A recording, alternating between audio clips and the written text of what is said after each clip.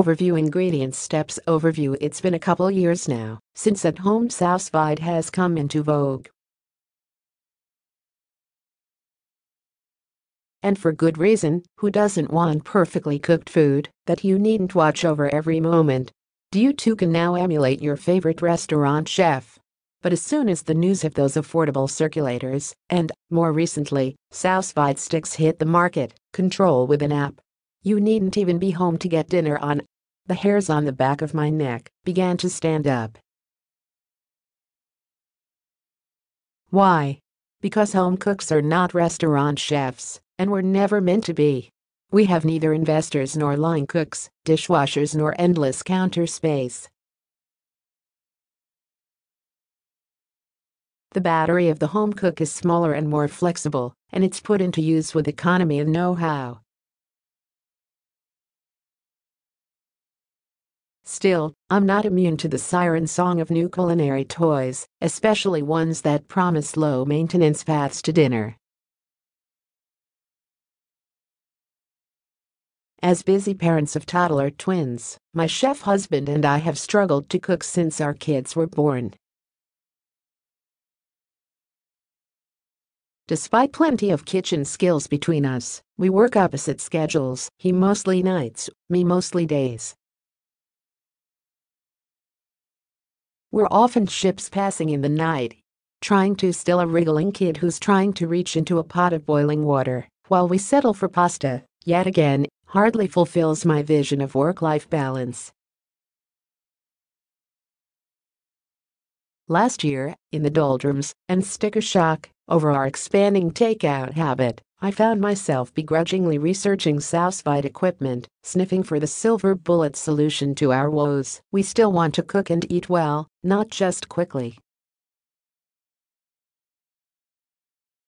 I considered asking for a sous vide stick as a gift, then immediately started backpedaling. Our kitchen drawers were already cluttered. I have a gut aversion to cooking in and throwing away all that plastic, and finally, money. What else could we do with those extra bucks? At-home sous vide sticks start around $45 and water ovens can cost upwards of $1,000. Extra hours from the babysitter, a massage, maybe even part of a vacation. I tucked the sous vide idea away and decided to muddle through.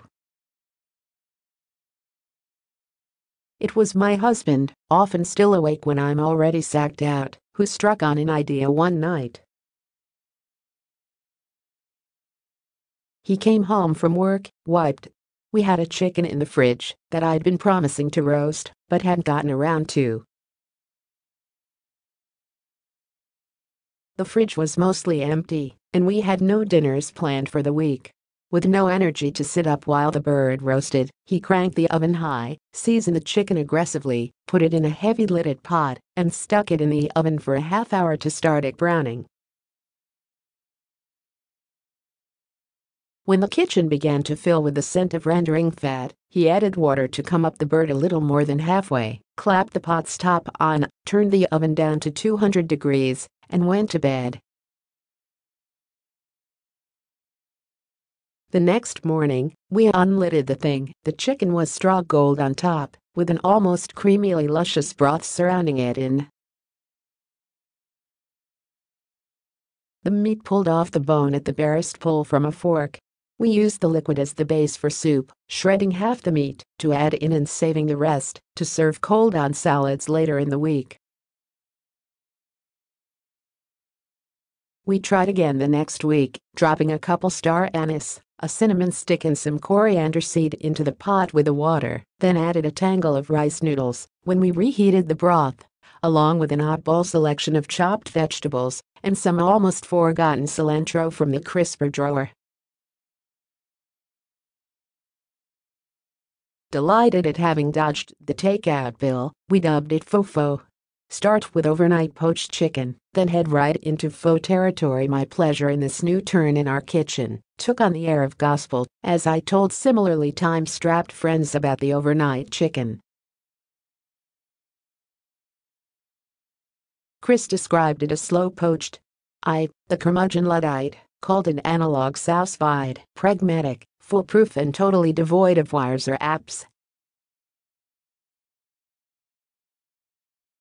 And we'd kept the gadgetry wolves at bay. Quickly, the overnight chicken became the foundation of our work week cooking. We found it endlessly versatile, shredding the meat for tacos, tossing cubed chicken into pasta, serving it cold over salads, and tucking it into our kids' lunch boxes. When we don't need the broth right away, we freeze it, building an arsenal for future soups, stews and braises. Leftover meat goes into cold noodle salads for lunch or sits atop mounds of rice with a fried egg for a speedy working-at-home lunch for me. It's a terrific get-ahead trick for all sorts of chicken soups, broth and meat in one. Make ahead, the bird needs to air dry in the refrigerator for 8 to 24 hours. The cooked chicken meat and broth can be refrigerated separately for up to 5 days. The broth can be frozen for up to a year. Ingredients: 1 3 to 3.5 pound whole chicken, giblet packed removed, if there is one, kosher salt, freshly ground black pepper, 6 cups water or more is needed. Step 1: rinse the chicken, inside and out, under cool running water, optional. This is done to remove any moisture or liquid from the packaged bird. Do the rinsing carefully, without causing a lot of splashing, and this should not increase chance of kitchen contamination. Pat dry with a paper towel and set on a large plate. Season aggressively with kosher salt all over and inside the cavity. Refrigerate, uncovered, for at least 8 hours and up to 24 hours. Step 2: when you're ready to begin cooking, position a rack in the lower third of the oven. Preheat to 450 degrees.